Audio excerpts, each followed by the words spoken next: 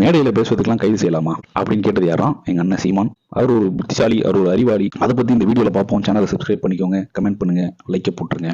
அண்ணன் சொன்னது என்னால் புரிஞ்சுக்க முடியுது. ஏன்னா அடிக்கடி அவதூறாக பேசுறதே அவர் தான். அவர் பயப்படுறாரு, அடுத்து நம்ம பக்கம் திருப்பாங்கன்ட்டு. நீங்கள் பயப்படாதீங்கன்னா உங்கள் பக்கம் கண்டி திரும்பாது. ஆளாக மதிச்சாதான் நம்ம போய் முதல்ல அரஸ்ட்லாம் பண்ணணும். நம்ம மதிக்கிறதே கிடையாது. நம்ம தான் மைக்கை கூப்பிட்டு 10 பேரை வச்சு புலம்பிக்கிட்டு இருக்கோம். அதனால சத்தியமாக உங்களை அரஸ்ட்லாம் பண்ண மாட்டாங்க, கவலைப்படாதீங்க. நீங்கள் என்ன கன்றாவி வேணால் மேடையில் ஏதாவது ஒரு பரப்புங்க, அதை பற்றி அவனும் கவலைப்பட மாட்டான்.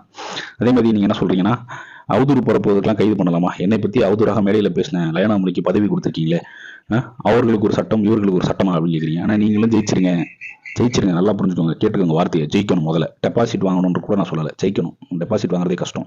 ஸோ ஜெயிச்சிருங்க. ஜெயிச்சு நீங்கள் முதலமைச்சர் ஆயிருங்க. முதலமைச்சர் ஆனதுக்கப்புறமா இந்த அவதூறு பேசி எடுத்துருவாங்களா, சாட்டை துரைமுருகன், அவனுக்கு ஏதாவது ஒரு பதவி கொடுங்க. அவருக்கு ஏதாவது ஒரு பதவி கொடுங்க. இந்த லூஸ் மாதிரி அங்கே ஒன்று இங்கே ஒன்று பேசிட்டு இருப்பார்ல இடும்பவனம் கார்த்திக், அவருக்கு ஏதாவது ஒரு பதவி கொடுங்க. அதுபோல் ஒரு 4-5 மென்டல் கேஸ் இருக்குது உங்கள் கட்சியில். அதுங்களுக்குலாம் என்ன பதவி வேணுமோ அந்த பதவியை கொடுத்துருங்க. அதுக்கான முதல் கண்டிஷன் ஜெயிக்கணும். 234 118 ஜெயிக்கணும். அட்லீஸ்ட் ஜெயிச்சா சப்போர்ட் அது பண்ணுறதுக்கு ஆள் வரணும். முதல்ல இந்த மாதிரியான லூஸ் ஸ்டாக்ஸ் எல்லாம் விடுறதை நிறுத்தணும். அப்போ தான் உங்கள் மேலே மக்களுக்கு மரியாதை கூடும். மக்கள் ஆல்ரெடி உங்களை புறக்கணிக்க ஆரம்பிச்சிட்டாங்களோன்ற சந்தேகம் எனக்குள்ள இருக்கு. அந்த சந்தேகத்தில் ஊர்ஜினப்படுத்துற மாதிரி நீங்களும் அடிக்கடி ஏதாவது பேசுறீங்க.